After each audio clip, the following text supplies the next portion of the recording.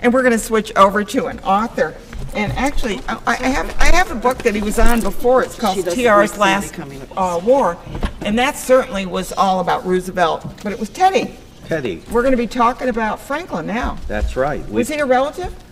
Like fifth cousin. Okay. But Eleanor was the niece. Well, she was a relation, right? She was the niece of Theodore. Yeah. And also a relation of Franklin in some way. They were cousins. And recall that her actual right? name is, well, yes. Yeah. Anna Eleanor Roosevelt. Really? Roosevelt, because her father was TR's younger brother. Okay. His wastrel brother, kind of a dissolute fellow. He wasn't a politician. He wasn't TR. Yeah, he wasn't. Teddy. No.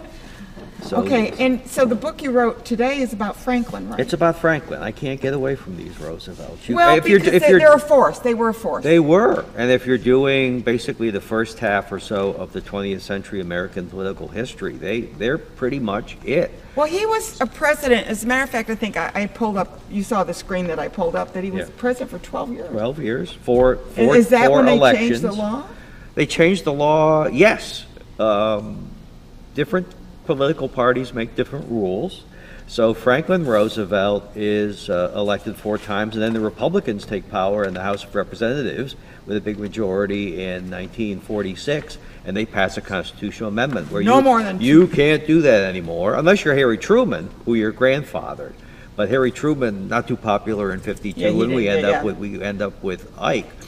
In terms of those terms that Franklin Roosevelt has, there's another constitutional amendment, which is to shorten the interregnum, as William F. Buckley Jr. might have said. I don't know the that interregnum, the space in between. Okay. So you have an election, and then the guy doesn't take over the next day. Oh, because, we had to wait from November. So we wait from November to January, but before that, it was till March.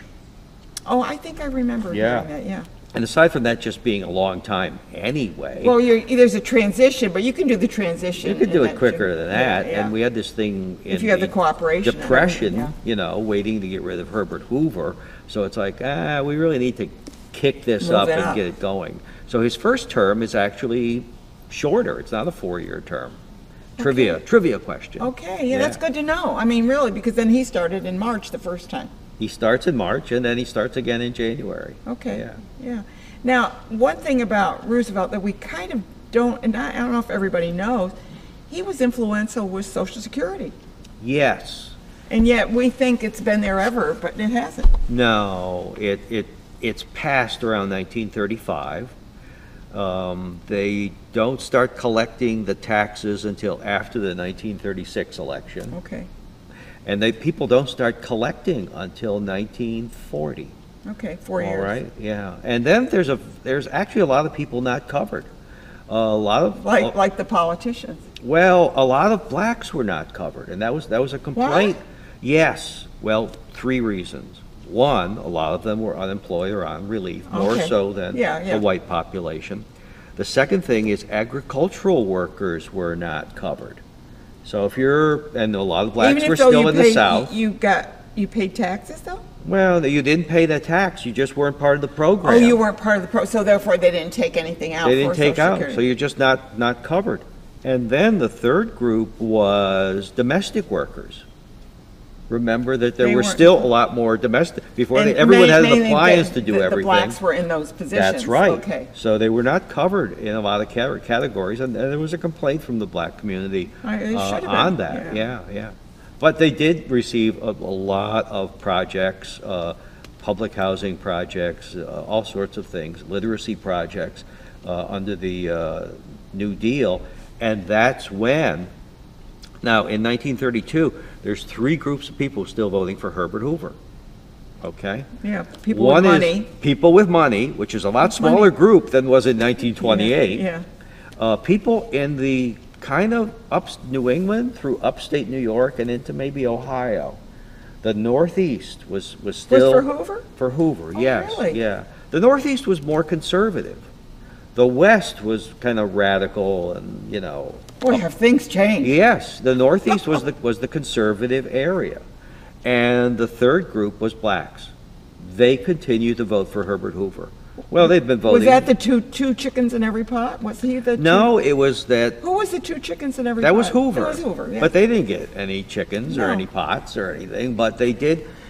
They knew who they were, who the Democrats were, and the Democrats were still influenced by the Southern Democrats, the segregation. Boy, things have changed so much, haven't they? And because the things were flipped in the Northeast and the South and the West, who's nominating Franklin Roosevelt in 1932?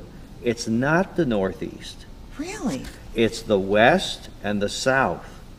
And FDR has a lot of homes. He's got Hyde Park.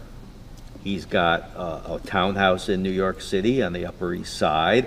Got a place in Aiken, Georgia. Yeah? Georgia. No, South Carolina. No, Georgia. Oh. Warm Springs, Georgia. Georgia, okay. And that's where that March of Dimes thing, because polio. I know there's something with Aiken, South Carolina. Aiken, Georgia is where his South Carolina.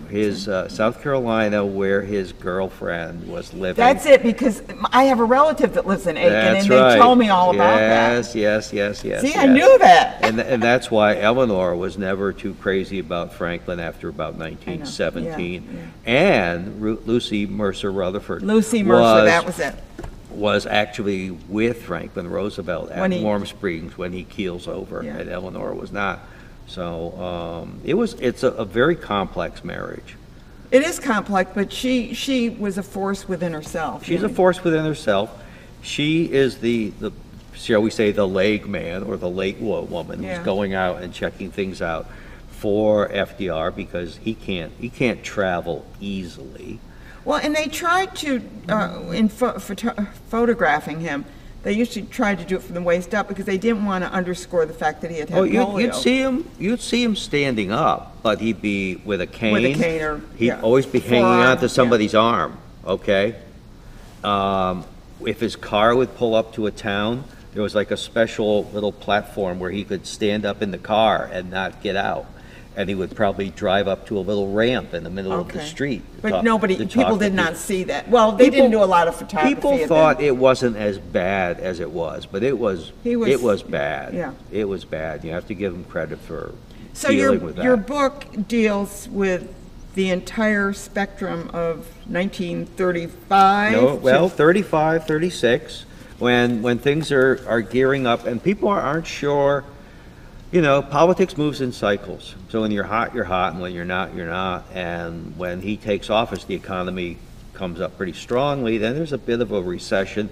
The Supreme Court steps in, gets active, and abolishes his National Recovery Administration, which was setting all kinds of regulations for all kinds of businesses and codes, and sort of a cartelization of industry.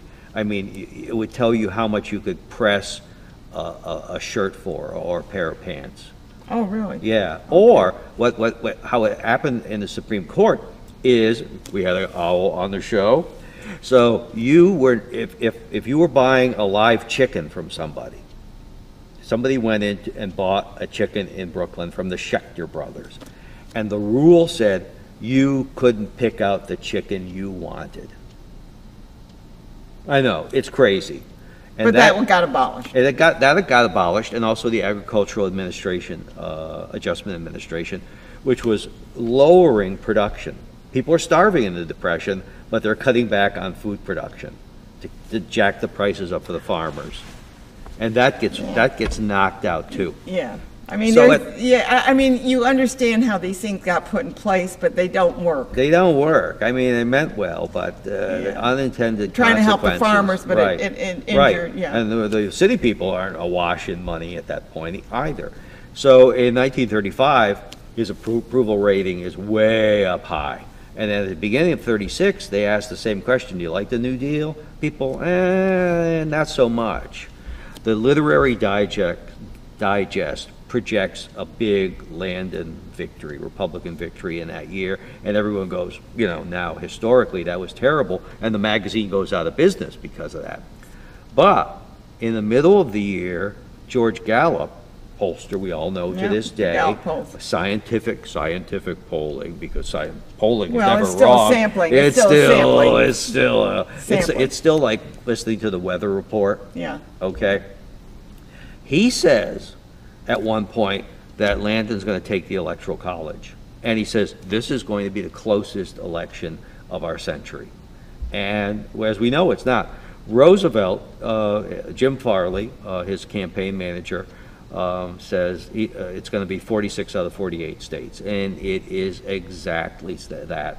Landon carries only Maine and Vermont, which ain't the two biggest states in the world. Roosevelt carried the 46. And Landon doesn't even carry his own state of Kansas, which we think of as a pretty Republican state, but he doesn't do that.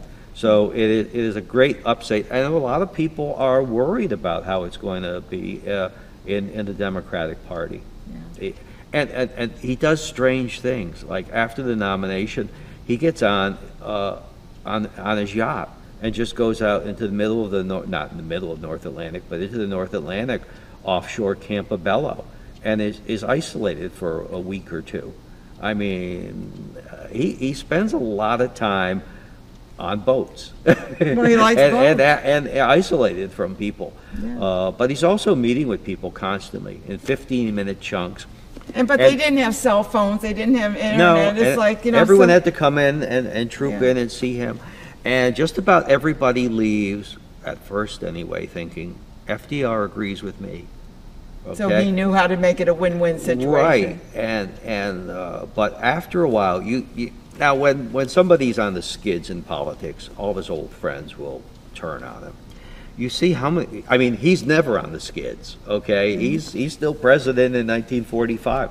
But people like Jim Farley or Huey Long or Al Smith, people who had been allied with him at one time or another, or Father Coughlin, the demagogue, all are going to turn on him at some point because they feel misled. John Nance Gardner, his vice president. It's not, vice presidents and presidents always, sometimes doesn't always work out. Doesn't that always, way, actually it rarely works out. Yeah. So all Social Security, he doesn't want to do it originally, by the way.